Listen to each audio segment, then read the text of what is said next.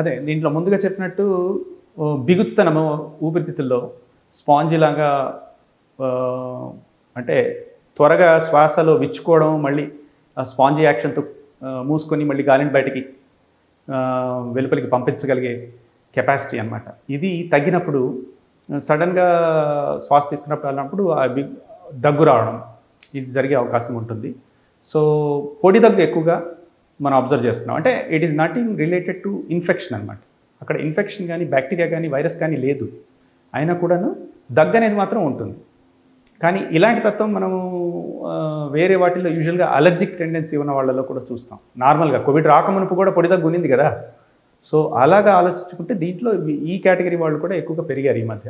So పొడి దగ్గుకి ఈ కారణము తీసుకుంటే మాత్రము బిగుతుతనము, శ్వాస తీసుకునే మెయిన్ ఎయిర్వేస్ లోపల ఉండే ఊపిరితిత్తుల్లో యొక్క చిన్న ఒక వృక్షం లాగా బ్రాంచెస్ అవుతా పోతాయి అన్ని ఎయిర్వేస్.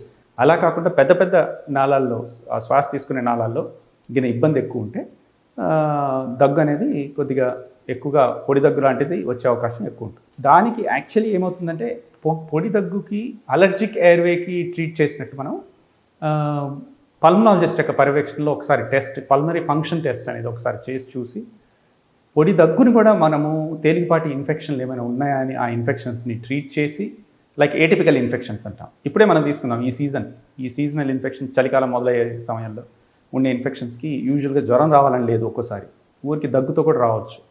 అలాగే వాటిని ట్రీట్ చేసిన తర్వాత, ఈ రెండు ట్రీట్ చేసిన తర్వాత యాక్చువల్లీ మోస్ట్లీ ఇన్హేలర్ అంటే ఇన్హేలర్ పఫ్ శ్వాస తీసుకునేది, ఆ ఇన్హేలర్ అలాంటి వాటితో ఎక్కువ మనం లాభం పొందే అవకాశం ఉంది, దగ్గు తగ్గే అవకాశం ఉంటుంది.